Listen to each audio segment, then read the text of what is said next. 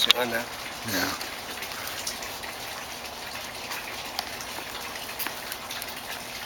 Exteriorly, man's being has many different sides.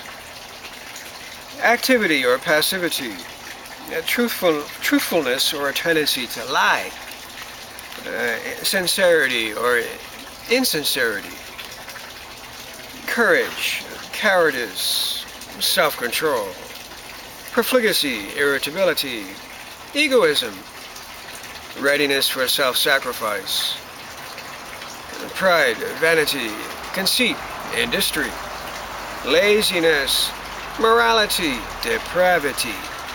All these and much more besides make up the being of man. But all of this is entirely mechanical in man. If he lies, it means that he cannot help lying. If he tells the truth, it means he cannot help telling the truth. He tells the truth mechanically as much as he lies mechanically. And so it is with everything. Everything happens. A man can do nothing either in himself or outside himself. But of course there are limits and bounds. Generally speaking, the being of a modern man is of very inferior quality. But it can be of such bad quality that no change is possible. No change of being is possible. This must always be remembered. People whose being can still be changed are very lucky. But there are people who are definitely, without a doubt, diseased, broken machines with whom nothing can be done. It says that here. And such people are in the majority, most people. If you think of this, you will understand why only a few can receive real knowledge. Their level of being prevents it. Generally speaking, the balance between knowledge and being is even more important than a separate development of one or the other. And a separate development of knowledge or a separate development of being is not desirable in any way. Although it is precisely this one-sided development that often seems particularly attractive to people. If knowledge outweighs being, if knowledge is developed too far ahead of being, a man knows but has no power to do anything. It's useless knowledge. On the other hand, if being is developed too far ahead of knowledge, if the level of a man's being outweighs his knowledge, a man has the power to do, but he does not know. He can do something, but does not know what to do. The being he has acquired becomes aimless, and efforts made to attain it prove to be useless. In the history of humanity, there are known many examples when entire civilizations have perished because knowledge far outweighed being, or being outweighed knowledge.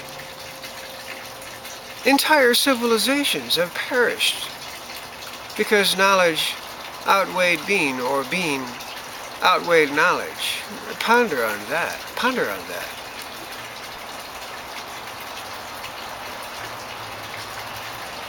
What are the results of the development of the line of knowledge without being, or the development of the line of being without knowledge? Asked someone who was there asked Gurdjieff, who was there during his talk on this subject of knowledge and being. And then Gurdjieff said, the development of the line of knowledge without the line of being gives a weak yogi. That is to say, a man who knows a great deal but can do nothing. A man who does not understand, and he emphasized this, a man who does not understand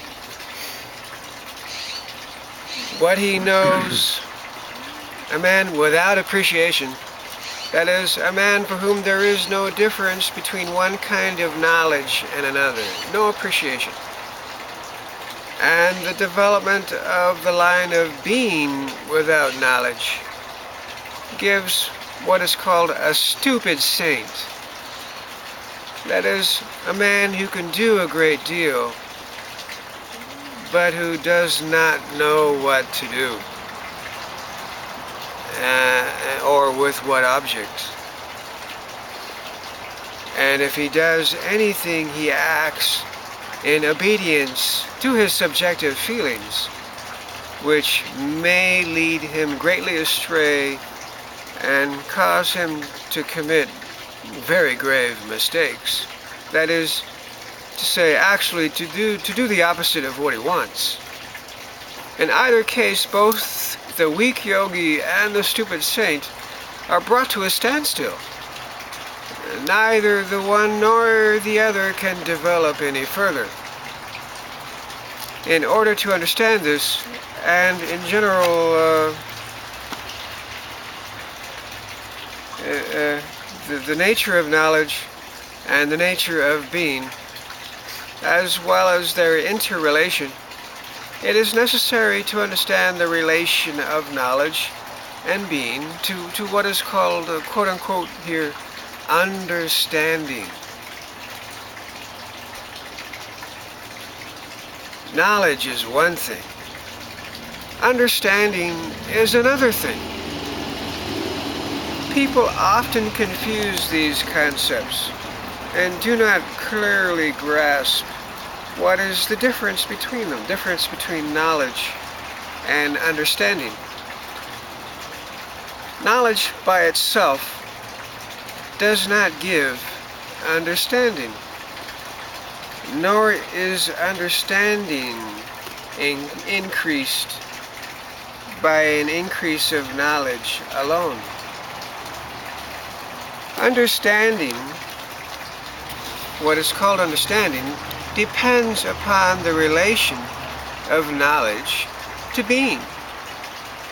Understanding is the resultant of knowledge and being. And knowledge and being must not diverge too far. Otherwise, understanding will prove to be far removed from either knowledge or being. At the same time, the relation of knowledge to being does not change with a mere growth of knowledge. It changes only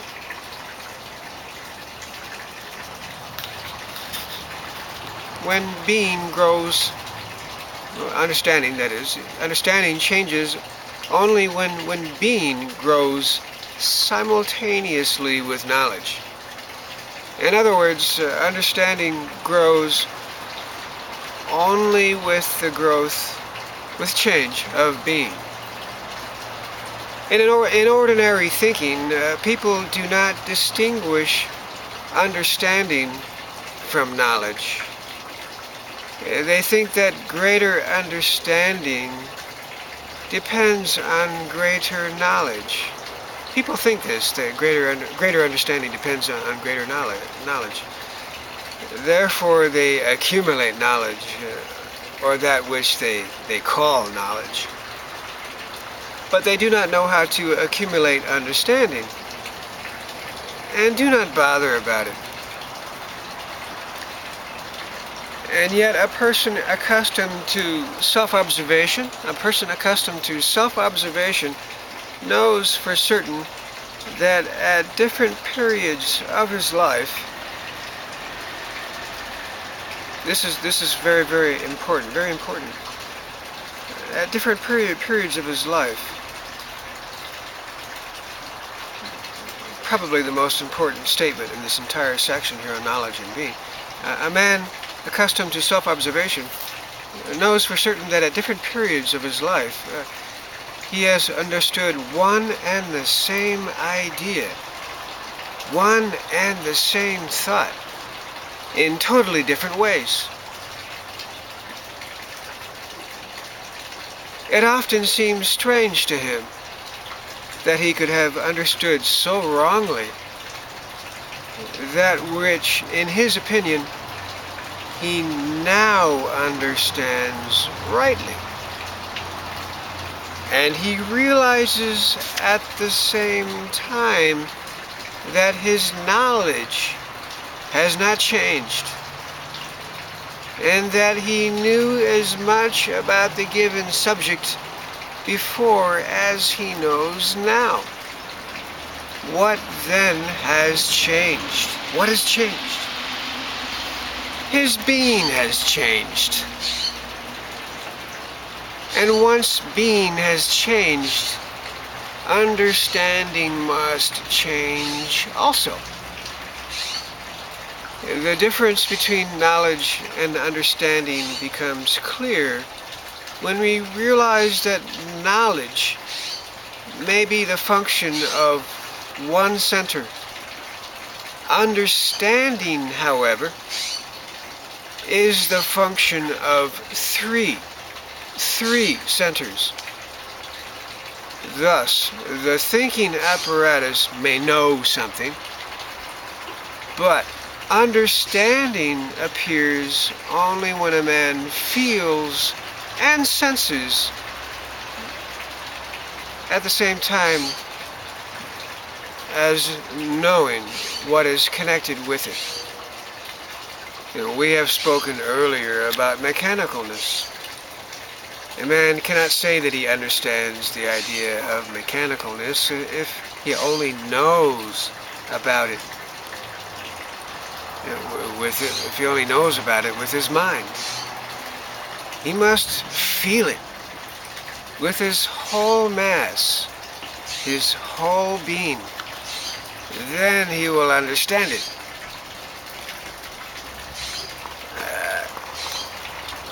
In the sphere of practical activity, people know very well the difference between mere knowledge and understanding.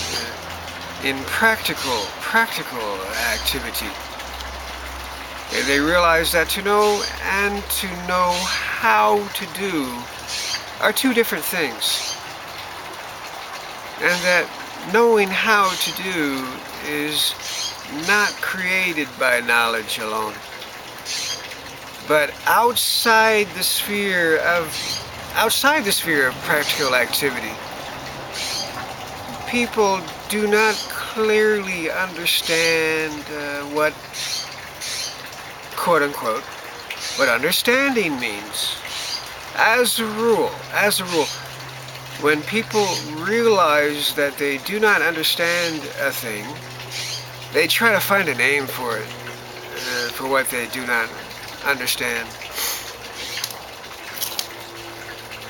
And when they find a name, they say they understand. The whole science of psychiatry is afflicted in this way.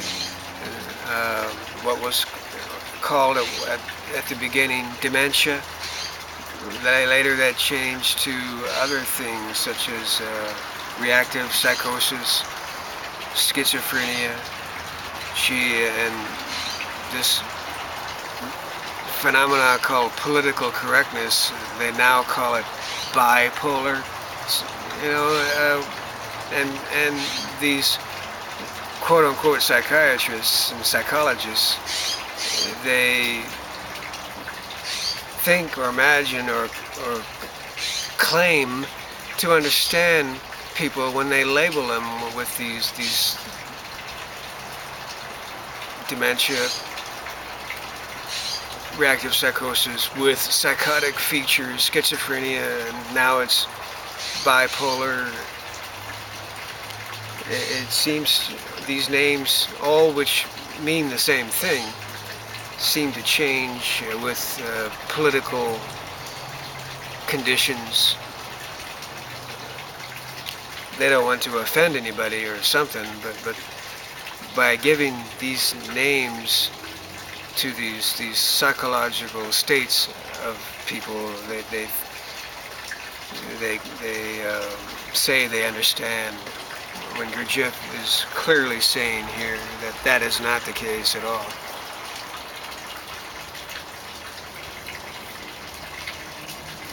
So as I have just said it, like in the psychiatric community, people realize that when they do not understand a thing, they make up a name for it, for what they don't really understand. And when they find a name, then they say they do, then they say they understand. All of this is mechanical. But to quote-unquote find a name does not mean to understand. Unfortunately, people are usually satisfied with names and labels and categories. A man who knows a great many of these names and labels and categories, all invented, that is to say, a great many words, is deemed, is considered to understand a great deal. Again, accepting, of course, any sphere of practical activity where his ignorance very soon becomes evident.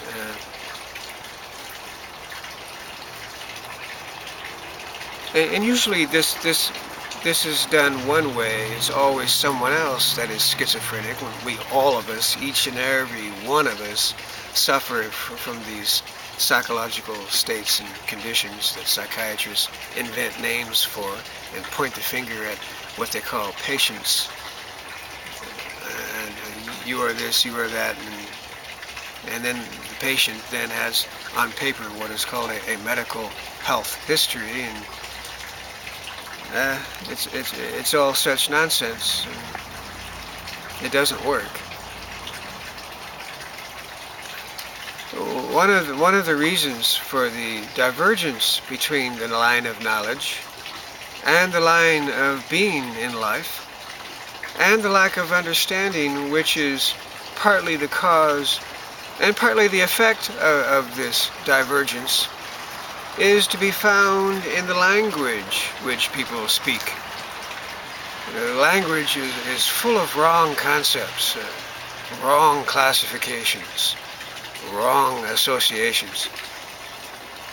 And the chief thing is that owing to the essential characteristics of ordinary life thinking, that is to say, to its vagueness and inaccuracy, every word can have thousands of different meanings according to the material the speaker has at his disposal and the complex of associations at work in him at the moment. People do not clearly realize to what a degree their language is subjective. That is, what different things each of them says while using the same words. They are not aware that each one of them speaks in a language of his own. Understanding other people's language either vaguely or not at all, and having no idea that each one of them speaks in a language unknown to him. People have a very firm conviction or belief that they speak the same language, that they understand one another. People do not understand one another, as it seems. You can sit in any coffee shop, you can sit at Barnes & Noble bookstore, and people talking with one another and sipping their coffee. They do not understand one another as they appear to. So says Gurdjieff, and Gurdjieff happens to be right. You won't see this at first. It takes a lot of looking and observing, sitting, watching, harmlessly observing people, and something begins to happen. You begin to see something you didn't see before. And this is a measure of change of self and change of being. When you begin to see the truth of what Gurdjieff is saying here, sitting in the bookstore and watching, observing people talking with one another, they do not understand. People do not understand one another like they appear to. So this conviction that people understand one another has no foundation whatever, says Gurdjieff. The language in which they speak is adapted to, utility, to practical life only. People can communicate to one another information of a practical character, but as soon as they pass to a slightly more complex sphere, they are immediately lost, and they cease to understand one another, although they are unconscious of the fact. People imagine that they often, if not always, understand one another, or that they can, at any rate, understand one another if they try or want to.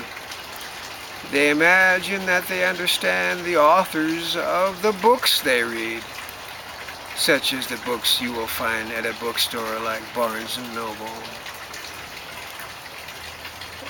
and that other people understand them. They do not understand the books they read, is what he's saying here.